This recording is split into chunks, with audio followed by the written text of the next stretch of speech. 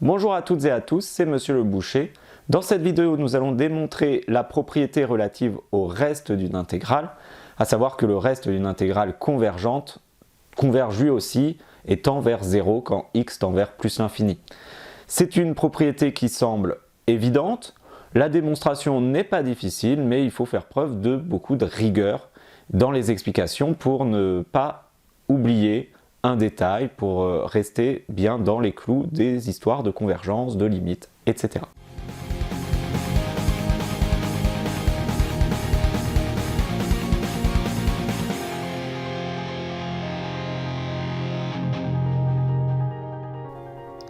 Alors vous allez vous apercevoir dans cette vidéo qu'en réalité la démonstration n'est pas très difficile, mais elle est dans la ceinture noire parce qu'en fait elle n'est pas non plus très utile. C'est vraiment une démonstration bonus pour bien comprendre des choses que vous connaissez, bien comprendre leur utilisation, mais évidemment ce n'est pas une démonstration et une propriété que vous utiliserez tout le temps. Néanmoins, on va montrer que ça marche bien, donc il y a deux choses à démontrer. Première chose, la fonction R est bien définie sur AB, et en plus, on connaît sa limite quand x tend vers B. Donc, on part du principe, évidemment, qu'on a une fonction f continue sur AB et que l'intégrale de a à b de f de t généralisée en B converge. Sinon, le reste ne pourrait pas être défini puisque l'intégrale elle-même n'est pas définie.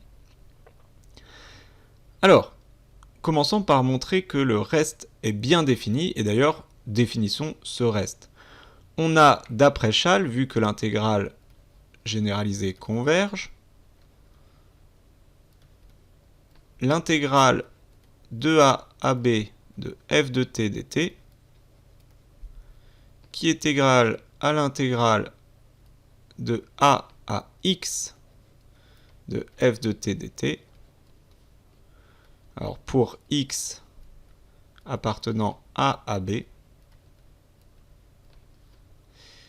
plus l'intégrale de x à b de f de t dt. Une propriété car l'intégrale de a à b de f de t dt converge.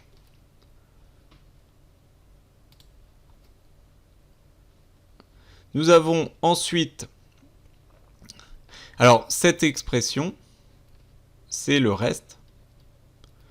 Donc le reste,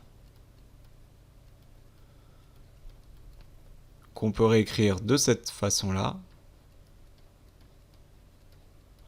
moins l'intégrale de ax de f de t dt. Nous avons deux intégrales, une somme d'intégrales.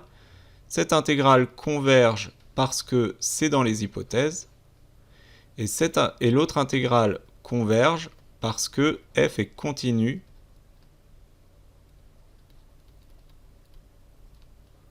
sur ax, et cette fois-ci, vous voyez, c'est un segment. Donc, les deux intégrales convergent, la somme converge, et donc la fonction R est bien définie sur AB. En réalité, dès la propriété de Schall, en fait, quand on a une intégrale généralisée, on peut la découper, et donc ce bout-là est convergent également.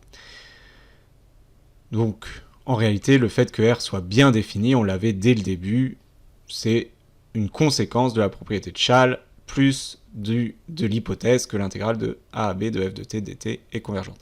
Mais on a besoin de l'écrire sous cette forme-là, puisqu'ensuite, on va calculer la limite. Notons I, l'intégrale de a à b de f de t dt. Alors, la limite de a à x de f de t dt quand x tend vers b, et bien c'est I également. Donc on a une limite ici finie, on a ce nombre qui est, alors l'intégrale de droite c'est une limite finie, l'intégrale de gauche c'est un nombre qui vaut I, et donc la limite de r de x existe quand x tend vers b, et vaut i moins i, c'est-à-dire 0. Voilà, j'espère que ce résultat vous paraît clair. Si vous avez néanmoins des questions, n'hésitez pas à les poser sur les forums ou en classe.